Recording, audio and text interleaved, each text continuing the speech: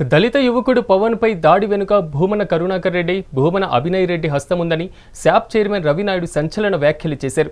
పవన్ని బెదిరించి వీడియో చేయించారని, పవన్కి భూమన కుటుంబం వల్లే ప్రాణహాని ఉందని అతని తల్లిదండ్రులు వాపోతున్నారని తెలిపారు. కిడ్నాపర్ల ఫోన్పే స్టేట్మెంట్లు పరిశీలిస్తే నిజాలు బయటపడతాయని అన్నారు.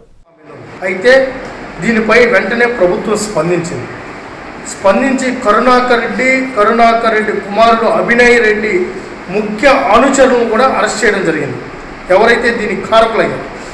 దాని తర్వాత భూమన కరుణాకర్ రెడ్డి కుమారుడు అభినయ్ రెడ్డి ఆదేశాల మేరకు ఆయనకు అత్యంత సన్నిహితుడు యువజన విభాగం అధ్యక్షుడు ఉదయ్ వంశీ అతను వీళ్ళని కిడ్నాప్ చేయండి, అతను నోరు నొక్కేయండి, అతనితో కరుణాకర్ రెడ్డి కుమారుడికి సంబంధం లేదు, ఇది అనిల్ రెడ్డికి సంబంధం లేదు అని చెప్పించాలని